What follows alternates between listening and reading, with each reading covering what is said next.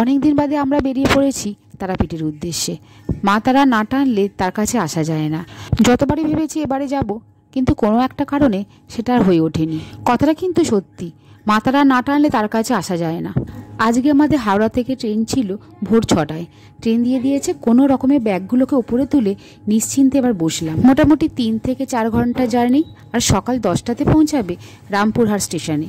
টুকিটাকি কেক আর বিস্কুট ছাড়া সেরকম কিছুই নিইনি। স্টেশনে নেমে খাওয়া যাবে কোনো। আর কি সুন্দর একজন বাউল গান গাইছিল, আমিও শুনলাম, আপনারাও একটু শুনুন।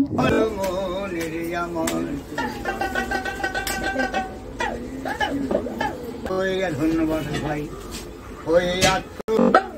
তারা নামে ভরে দাও বিষয় সংসার। ধন্যবাদ ভাই আমার। তারা বল মন রে আমার, ভবা পাগলা কহি প্রাণ থাকিতে দেহে, তারা নামে ভরে দাও বিষয় সংসার। কালী বলো তারা বলো মন রে আমার, তুমি আপন জন মাগো, তুমি আপন জন। কৃপা করে তুমি মাগো দেখালে ভুবন, তুমি আপন জন মাগো, তুমি আপন জন।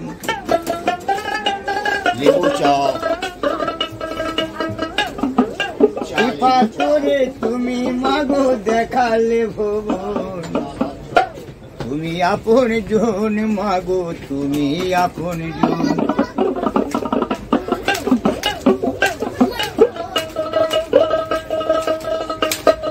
তুমি মাগো বেদ বেদান্ত, তুমি গীতা চণ্ডী, তুমি মাগো বেদ বেদান্ত, তুমি চণ্ডী গীতা। তুমি মাগো লাল জবা আর পরজিতা, কৃপা করে তুমি মাগো দেখালে ভুবন, তুমি আপন জন মাগো, তুমি আপন জন।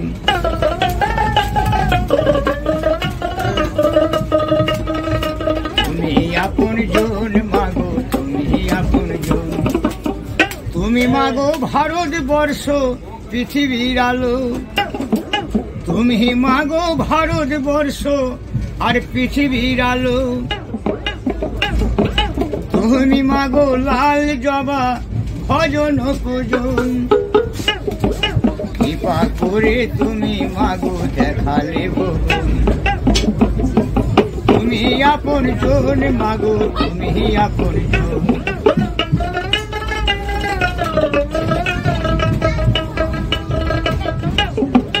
তুমি মাগো ভারতবর্ষ পৃথিবীর আলো,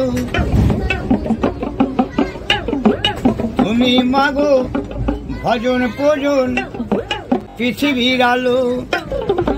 গান শুনতে শুনতে আমরা চলে এসেছি রামপুরহাট।